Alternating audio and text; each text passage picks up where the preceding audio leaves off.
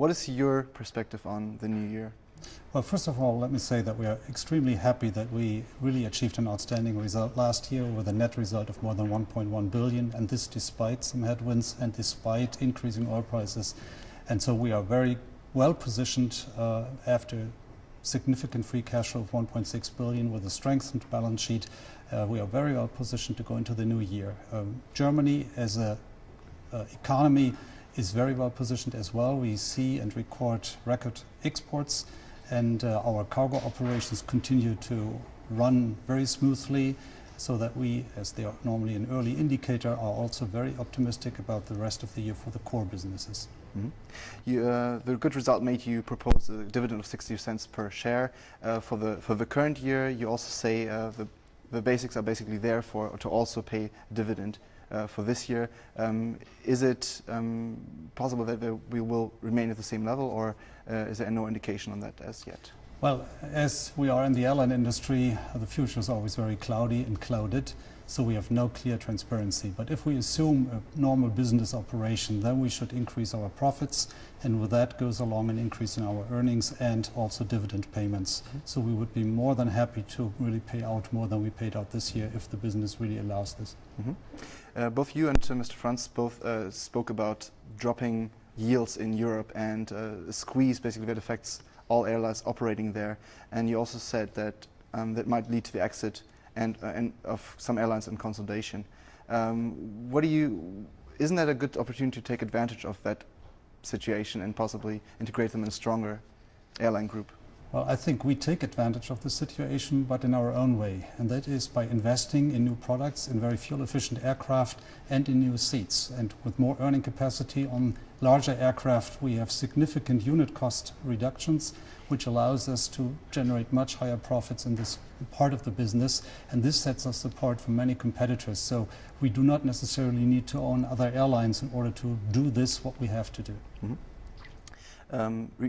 Talking about overcapacity, it's not only a case in Europe, but you also said that in certain other markets there is potential for overcapacity. Which markets do you see especially conflicted, and why?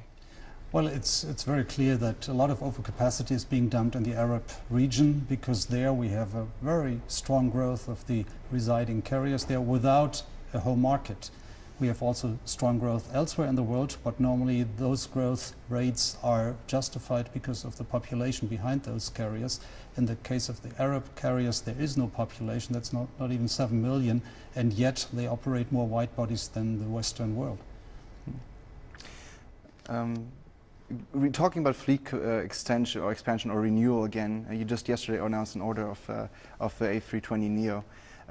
There's also considerations to renew the long-haul fleet, and the A350 and the Boeing 787 are candidates for that. We understand you've started basically asking the companies for information on these planes. Is it possible that do you have any favorites picked yet, or is there any potential that you might buy a mix of them? Everything's on the table. Mm-hmm. As we are operating more than 700 aircraft in total now, over the long time we have a lot of substitution needs, so we need a bigger number of aircraft, and it's absolutely possible to end up with both types, but it really depends on the network we operate, and we haven't made any decision yet. Okay. Is there any time frame? Is it still this year? When? We hope to be able to make a decision this year, mm-hmm. But we are under no pressure whatsoever. Okay. And the last question regarding to the tragic events in Japan.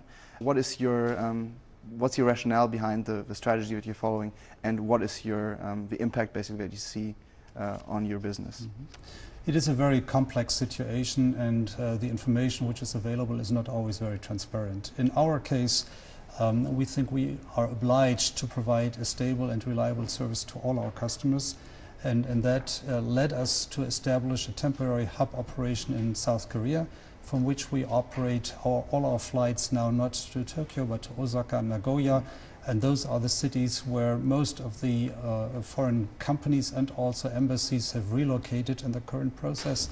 So we want to provide transportation needs to our customers there, and we think it is really in the interest of our customers that they know that they can rely on Lufthansa, because they have to make their own arrangements in Japan. And I think so far we are in perfect alignment with the German Foreign Ministry. We just got this morning an explicit confirmation that they really praise and applaud us for our decision to set up such a hub operation in Korea. Okay, and the feedback from customers is also, have you gotten any feedback on the decision yet? Well, not individual feedbacks, Right. but of course the flights are fully booked, but also interestingly in both directions. So the Japanese really tend to go home in this situation. The foreigners tend to leave the country, which has not led to a surge in demand for additional air transportation. Okay. Thank you very much for your time, Mr. Gemkow. Thank you.